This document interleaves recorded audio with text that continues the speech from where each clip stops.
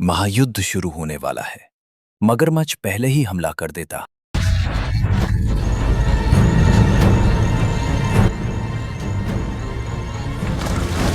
मांस अजगर भी अपनी घातक कुंडली मारकर पलटवार करना शुरू करता है। यदि मगरमच्छ अजगर की इस पकड़ से खुद को नहीं छुड़ा पाता, तो उसका जीवन फिर से समाप्त हो जाएगा।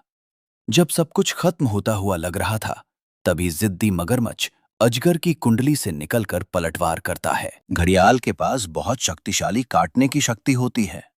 ये बाघ की तरह होता है कि पंजे की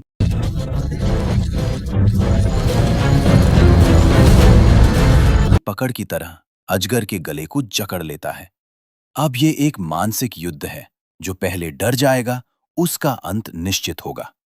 मगरमच्छ अजगर के गले को कसकर दबाए रहता है। अजगर मगरमच्छ को मजबूती से जकड़े रहता है। दोनों की जान खतरे में पड़ जाती है। दोनों खूंखार चुनौती देने वाले ऐसे ही आमने सामने जमे रहते हैं। वे दोनों ही प्रकृति के अंतिम शिकारी हैं। विशाल अजगर बस जितना लंबा हो सकता है, और मगरमच्छ भी अपने क्षेत्र की रक्षा के लिए लड़ता है।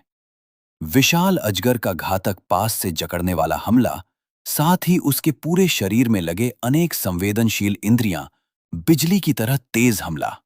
प्रकृति की सच्ची डॉक्यूमेंट्री, अजगर और मगरमच्छ की लड़ाई। अफ्रीका के मैदानों की गहराइयों में एक हजारों साल पुरानी वंशावली वाला भयानक सरीसृप रहता है, अफ्रीकी रॉक अजगर। अफ्रीकी रॉक अजगर की उत्पत्ति डायनासोर के युग तक पहुंचती है। ये दुनिया के सबसे बड़े अजगरों में से एक है।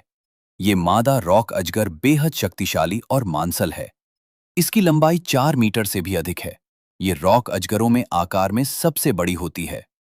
कभी कभी वे गांवों में भी घुस आते हैं। ये मुर्गी कुछ ही पलों में लगभग मरने की स्थिति में पहुंच जाती है। मुर्गी अजगर के लिए एक स्वादिष्ट भोजन होती है। उन्हें पकड़ना बहुत आसान है। ये तो बस अजगर का एक साधारण भोजन है, क्योंकि काले धब्बों वाला पेंगोलिन जो केवल प्रकृति में जीवित रहता है, अजगर के पास उसे पकड़ने का केवल एक ही मौका होता है। अगर वो पकड़ नहीं पाया, तो काला धब्बेदार पेंगोलिन बिना किसी निशान के भाग जाएगा। अजगर की हमला करने की गति इंसानी आंखों से भी तेज होती है। एक काला धब्बेदार पेंगोलिन बेबस होकर अपने सामने साथी की स्थिति को देखता है, लेकिन वो कुछ भी करने में असमर्थ होता है। इतने बड़े काले धब्बेदार पेंगोलिन को निगलना थोड़ा कठिन लगता है, लेकिन अजगर के पास इन सब से निपटने की पूरी क्षमता होती है। अजगर अपना निचला जबड़ा अलग करना शुरू करता है। उसका निचला जबड़ा लचीले लिगामेंट से आपस में जुड़ा होता है। कई पंक्तियों में लगे तेज दांत काले धब्बेदार पेंगोलिन के शरीर के साथ आगे बढ़ते हैं। ये सच में अविश्वसनीय है।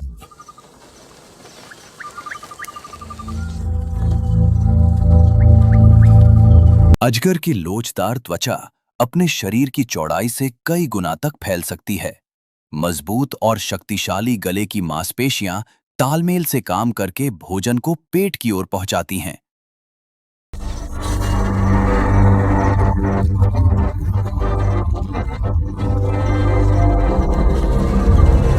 उसके पेट में ऐसे शक्तिशाली अम्ल भरे होते हैं जो भोजन को तेजी से पचा देते हैं।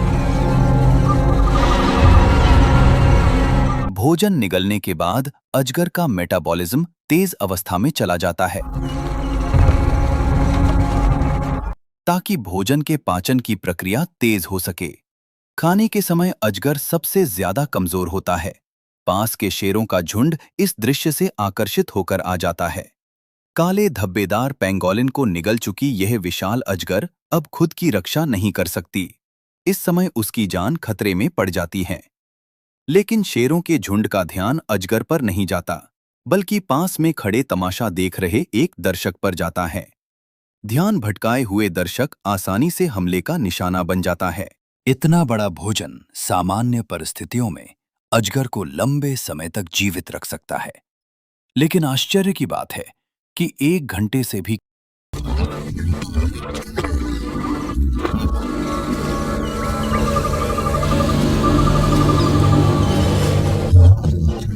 कम समय में काला धब्बेदार पेंगोलिन पूरी तरह गायब हो गया। लगता है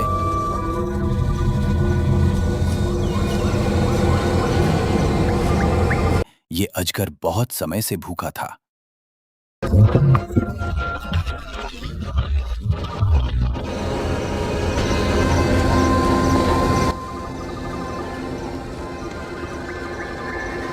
आंखों वाला अजगर अधिकतम लगभग 7 मीटर तक लंबा हो सकता है और इसका वजन लगभग 90 किलोग्राम होता है। ये विशाल मादा अजगर बहुत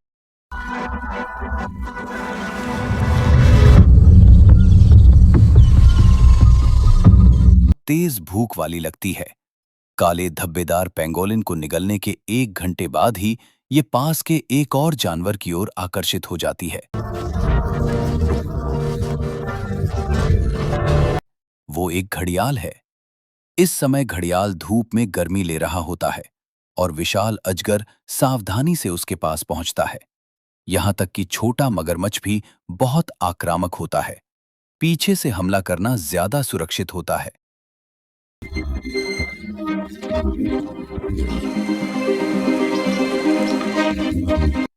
जोर से दबाना शुरू करने से पहले अजगर सबसे पहले मगरमच्छ को कसकर लपेट लेता है। लगता है मगरमच्छ उसका मुकाबला नहीं कर पाता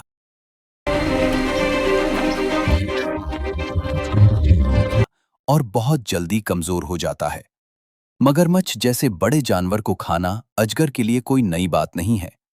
वैज्ञानिक शोध के अनुसार अजगर भोजन करते समय यकृत और गुर्दे जैसे अंगों में रक्त प्रवाह बढ़ाकर अपना मेटाबॉलिज्म तेज कर सकता है, जिससे पाचन की गति लगभग 40 गुना तक बढ़ जाती है। मगरमच्छ 7 से 10 दिनों के भीतर अजगर के शरीर में पूरी तरह पच जाता है, जिसमें हड्डियां, दांत और मगरमच्छ की खाल भी शामिल होती हैं। इस मगरमच्छ पर हमला करने से लेकर उसे पचाने तक की प्रक्रिया में अजगर को इस भोजन से मिली ऊर्जा का लगभग 1/3 खर्च करना पड़ता है। अब ये अजगर कई महीनों तक बिना खाए आराम से रह सकता है।